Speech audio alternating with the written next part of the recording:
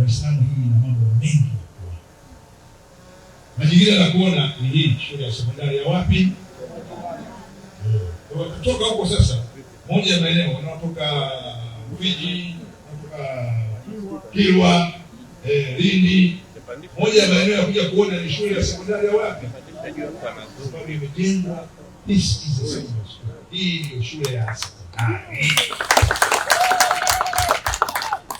Haya yanafanyika kwa sababu tuna chama na serikali yenye maono yanayojali. Kazi kubwa imefanyika kutufikisha hapa, lakini kubwa na ndio limeleta mimi hapa kwamba tunaandaa watoto 2028 wanafunzi wote wa darasa la 6 na la 7 wanaingia form 1. Mara ya mwisho ni mwaka gani?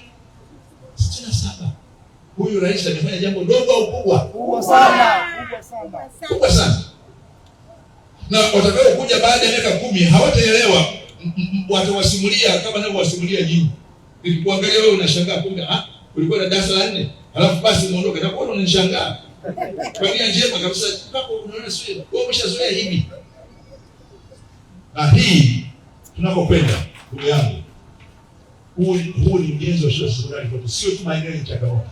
Watu waje wajifunze jinsi ya kujenga shule kwa mtindo huu ili tuweke. Na ndio maana niliuliza viwanja vya michezo, ndio tuweke viwanja vya michezo, elimu pamoja na michezo.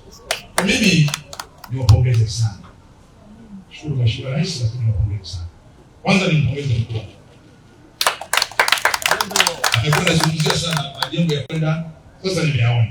Hapa shule ziko ngapi? 4. Na hospitali ngapi? 2. Zote sawa hiyo. Lazima ujenge majengo yanayozidi kimo. Sasa kifanana na wewe, haiwezekani.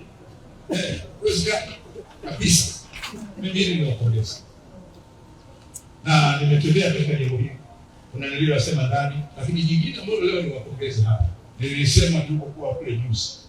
Majengo ya umma acha kutumia tiles, tutumie terazo. Na hapa nimefurahi nimekuta terazo. Wachane na slack na nini zinaita tiles kwenye majengo ya umma. Kwanza zinateleza, pili zinafumuka haraka. Lakini nendeni majengo ya zamani mpaka leo terazo ipo. Italika lakini bado ipo. Kwa mimi niwapongeze kabisa. Na tutaongea katika vikao vyetu. Majengo mengine na hasa TAMISEMI makao makuu tawaleta waje hapa waone specification sasa ya majengo ya umma, hasa shule, hospitali ni terazo.